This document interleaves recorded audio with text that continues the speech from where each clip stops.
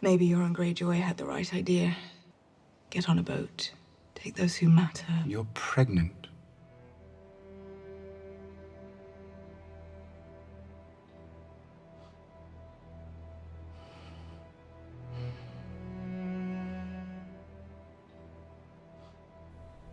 You're Pregnant?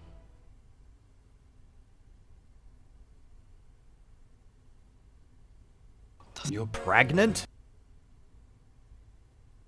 Doesn't matter. You're Pargant?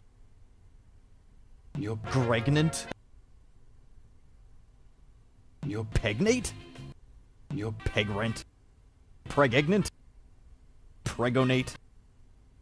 You're Prengan? You're Pregnant? Uar Pergert? Pegnat? Pragnat? You're Perginat? Pragnan? Prangnet? Pregnart? Bregant? Pregarnt? You're Pregat? Fregnant? Pregante? Pignant? Pergnut? Pegrinant? Praganant? Prangent? Prefnat? Pregananant? Pregernet? Bringt? Will not. You're Prognant? You're Prednet? Hear it!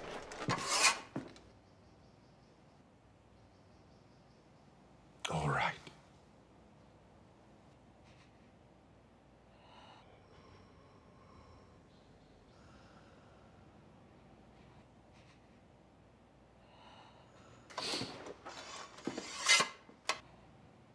You're Pargnet? So I assume, my lord, you're here to bend the knee.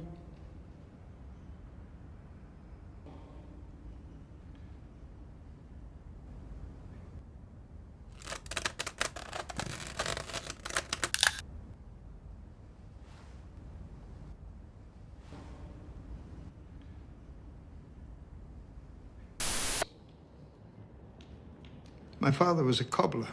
He died when I was young, and I took over his shop.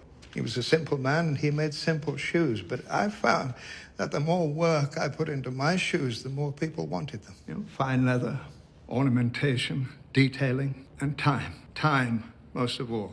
Dozens of hours spent on a single pair. The highborn liked to cover their feet with my time, and they paid well for the privilege. I used their money to buy a taste of their lives for myself. Each time I indulged, I felt ascending to something better. But it wasn't a graveyard. It was I bought old, fine, pretty girls and invited my friends to come and share it. Around the women, we fell into I woke before dawn. Everyone else was asleep on the couches next to their fine clothes of their bodies laid bare beneath fine food that had already started. I saw it with perfect clarity. My sins of wine, struggling I was telling myself, a collection of disappeared hours, a fine collection of lies. I saw it with perfect clarity. My sins of wine, struggling I was telling myself.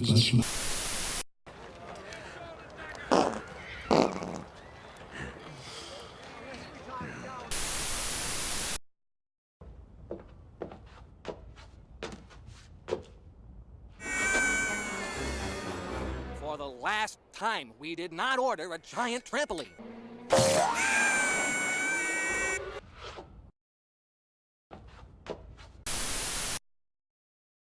I needed a new heel for my shoe, so I decided to go to Morganville, which is what they called Shelbyville in those days. So I tied an onion to my belt, which was the style at the time.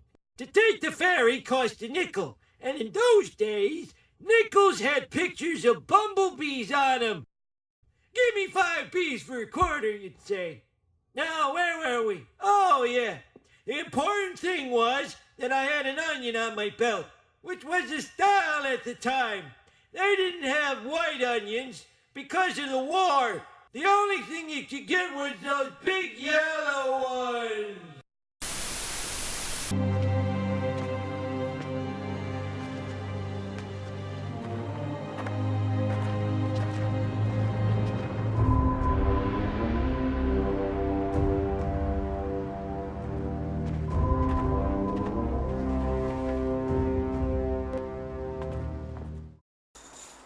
Everyone lost yourselves a slinky. You gotta get a slinky, slinky, slinky. Go, slinky, go!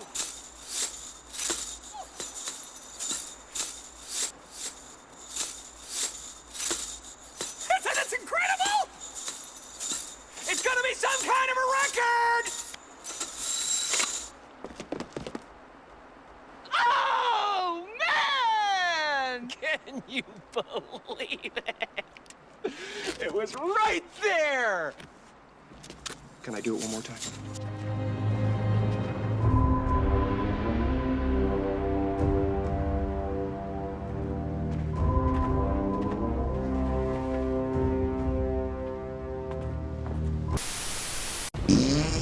Who was responsible?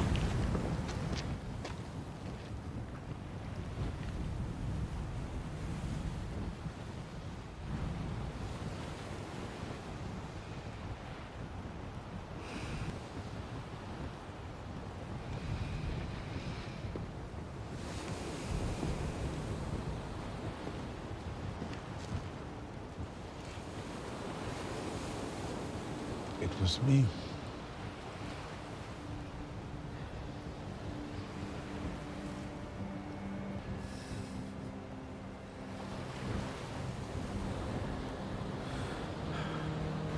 Pulling my finger.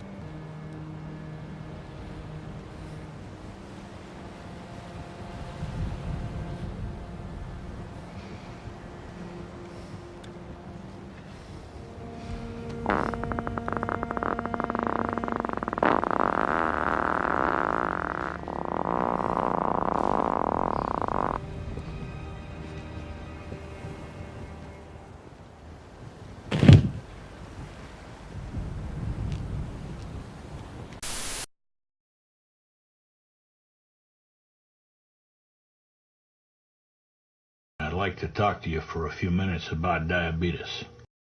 Actually, about diabetes and how it's affected me in my life. I'll start when I was first diagnosed. I was scared to death. I was experiencing symptoms that were strange, unfamiliar to me. For instance, I had an unquenchable thirst. My tongue felt like a horseshoe rasp. I was losing my vision. I was getting up every 15 or 20 minutes all through the night, so I wasn't getting any rest, and as a result of all these things, I lost all my energy. And I was scared. Man doesn't like to admit he was scared, but I truly was. I wasn't afraid to die. I knew that was coming to all of us. But what I was afraid of was that I might have to live a long time feeling like I felt. I confess. Forgive me. I guess at this point, if you'll obey these simple rules and do these simple things, I promise you, you'll feel better. See if I'm not right.